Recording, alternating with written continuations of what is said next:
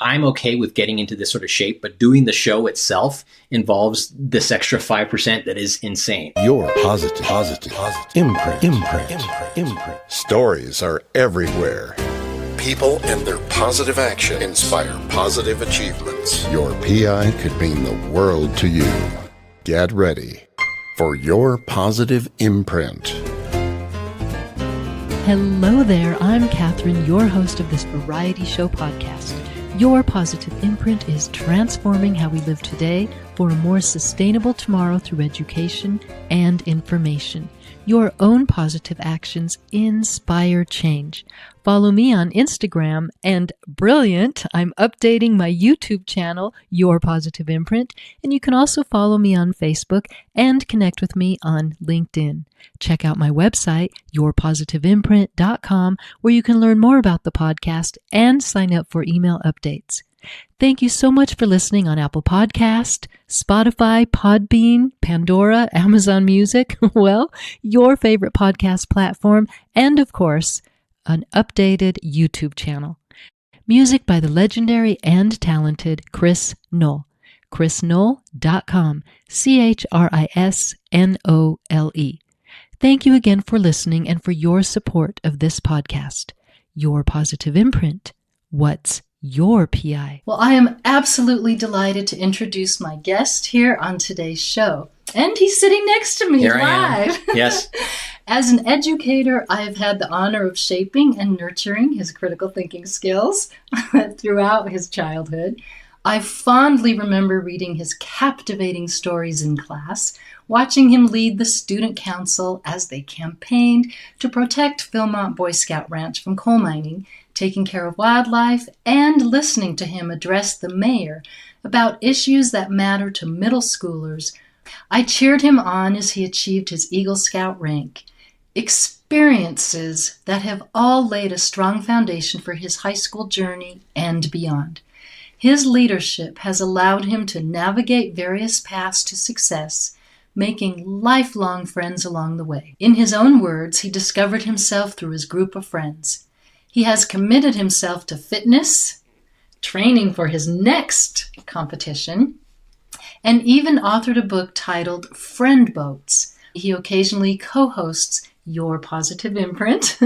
I could go on and on about my remarkable former student, but I'm going to let him share his stories and his positive imprints. But truly, I am so excited to welcome the absolute incredible Brad Sedillo. I'm excited to be here. The tree of your seeds that you've been planting. I am the tree. My friends call me a tree, so here we are. I love that. They describe running into me like running into a tree. So there you go. Well, you are incredible. And we go, my goodness, we do go back a long time. It's 20 years now. I'm over 20. Yes. Yeah. I'm teasing. Yeah. Oh, we have a long way back. And so we're going to start there, actually. I'm ready. We're going to head over to elementary school. Okay. Yes. Brad, having you and I still have one of your posters, by the way. Yes, the president's town. How do you remember that? Well, yeah, because we went to dinner that one time in that Italian restaurant, and you showed it to me again. Yes. Oh my gosh, Yeah. That's right, I did. Well, I still have it, and I take it, and I show, because it was so much fun, and you were so creative, and you chose all your little favorite presidents. Mm-hmm. Do you remember which presidents you chose? I can't. I hope that Lincoln was there. Okay, I'm glad that young Brad at least chose Lincoln. Yeah.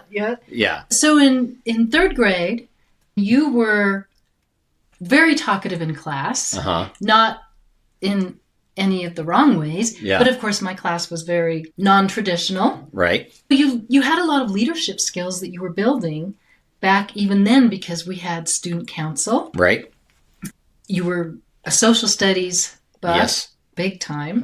Yeah, well, you mentioned student council, and obviously you getting me into student council set me on a path through student government that lasted all the way through my college career. So I very specifically remember doing a lot of student council stuff, cleaning out bottles and cans throughout the school and all the different bins for the recycling program and doing that.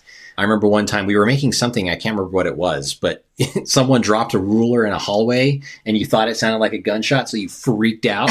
That That's a funny one I remember. Yeah, I remember that. Let's see. I guess I remember desperately attempting to learn multiplication tables, which I do remember that. Even now, I don't remember very well. So, and then of course, John Denver. I still talk to my friends about Oh, John awesome. Denver. Okay, well, there you go. Yeah, listen to some John Denver. Yeah. Oh, okay. Yeah. Well, we did. And I remember when you were on the phone to speak with Congresswoman Heather Wilson. Okay. About Philmont Boy Scout Ranch. Yeah, that I remember her coming to campus once, and I was involved in student council, so I was there to greet her as she came to campus. Yeah. Yeah, to the John Denver Day. And we also had Martin Heinrich there, who's one of our senators now. But at that time, he was city councilor. That's right. Yeah. And he came, then we had state representatives, we had the mayor. Yep. Those John Denver days were huge. Yeah, isn't Mayor Marty always the mayor? Well, he's not anymore. But back then, yeah. But he came to every single John Denver Day that we had.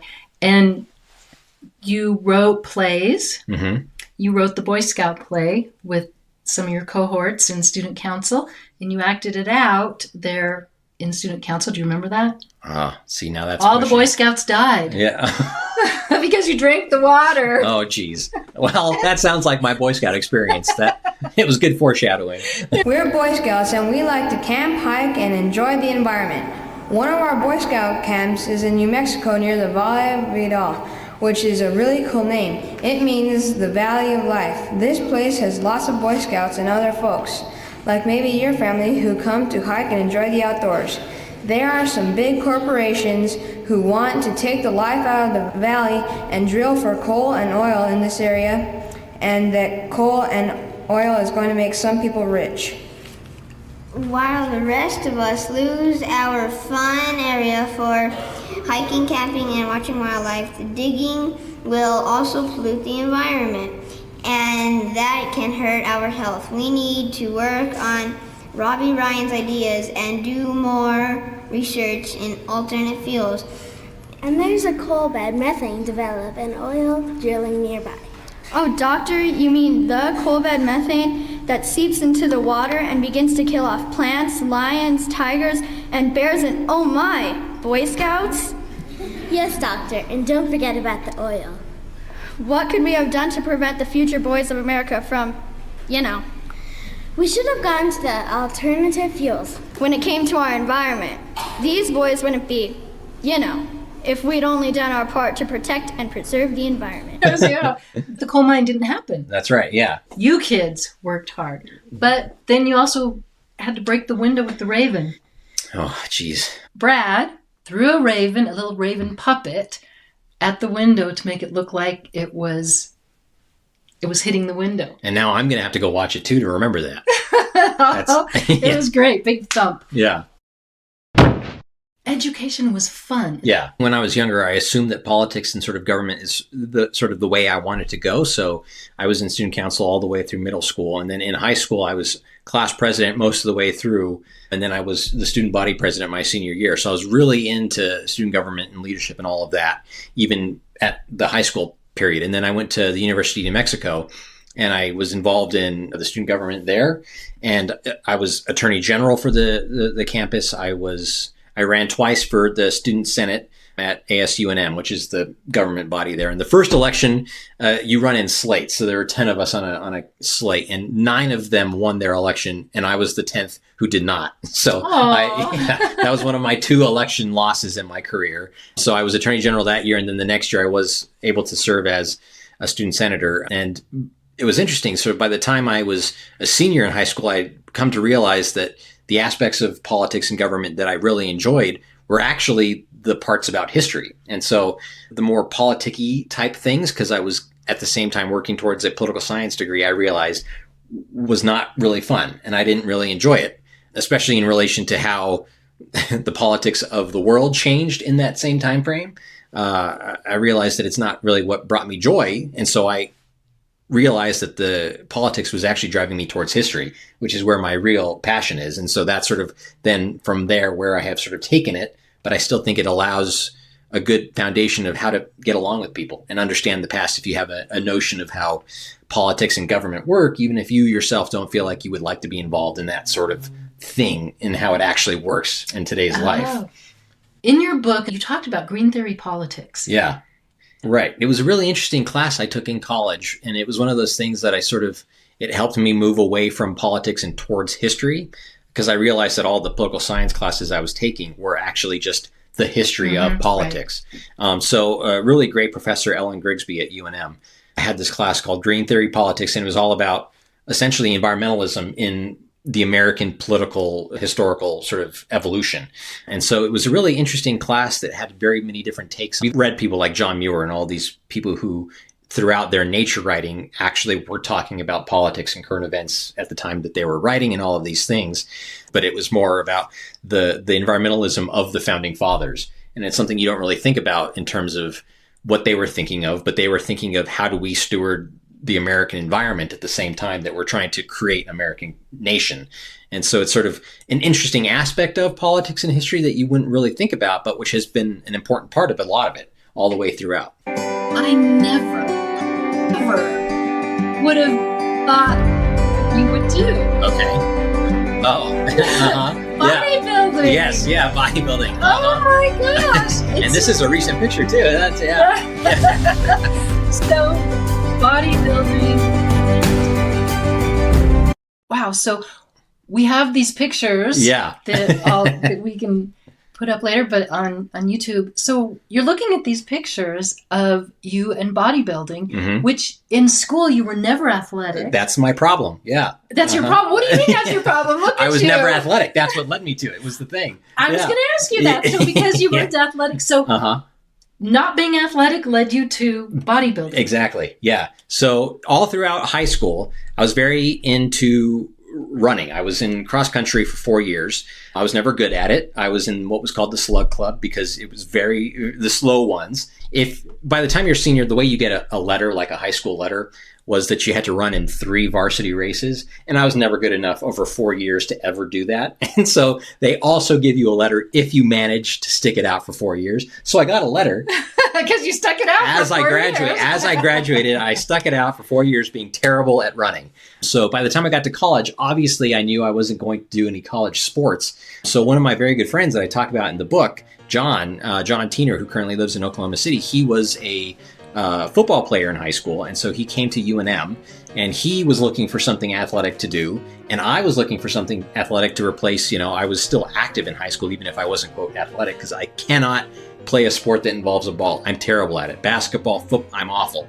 And so he was like, well, why don't you come to the gym with me? And so that was in 2014 that we started working out. And so then from there, it just became more of it was a fun thing to do with my friends, and then it became a hobby, and then at some point it just became a very specific and regimented part of my everyday life.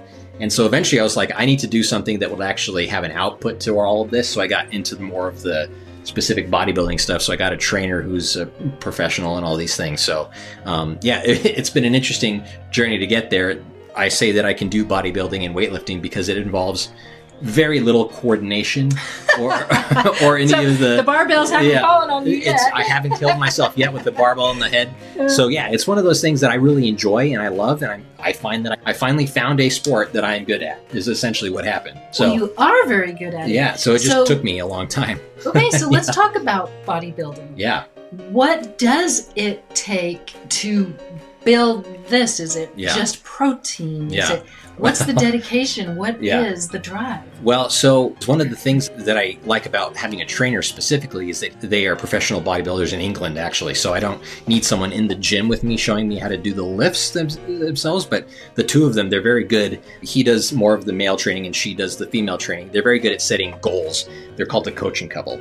They're very good about setting goals about how to make bodybuilding a lifestyle thing. Therefore, it's not something that takes away all of your time. It allows you to be active and healthy while also being a person, having a job and family and all these things. It involves a very large amount of dedication over time. And that's, people come to the gym and they say, hey, your arms look good, and all these things. How do you do that? Where do you take it? I'm like, listen, that thing over there, pick it up several times and then put it down, and do that over a period of many years, and it's sustained effort over time.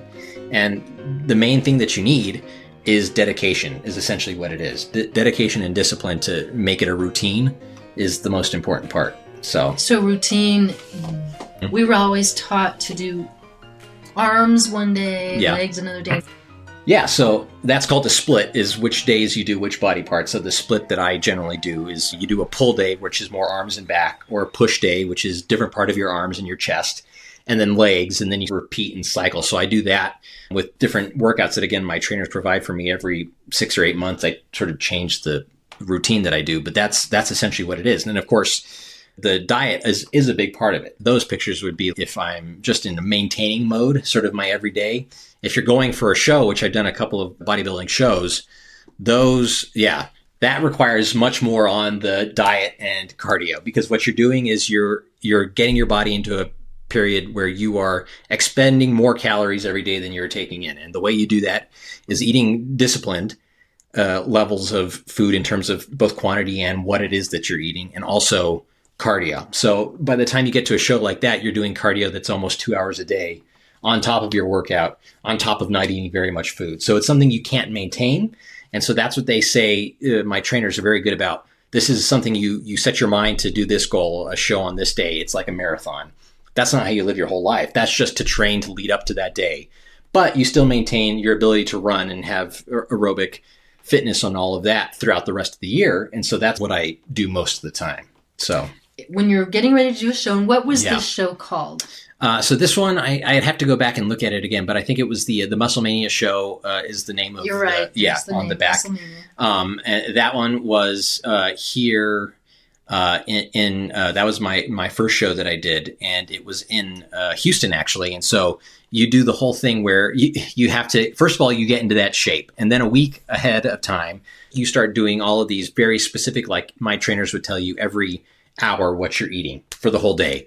And you need to make sure you're doing those things. And then you start draining out your body of liquids, because you need to sort of look crispy, is how they say it, when you're on stage. And that's sort of how some of the muscles can sort of pop. Really? Yeah. So you have to be very dehydrated when you go up on stage. So it's like for the full 24 hours before you're on stage, you don't drink any water.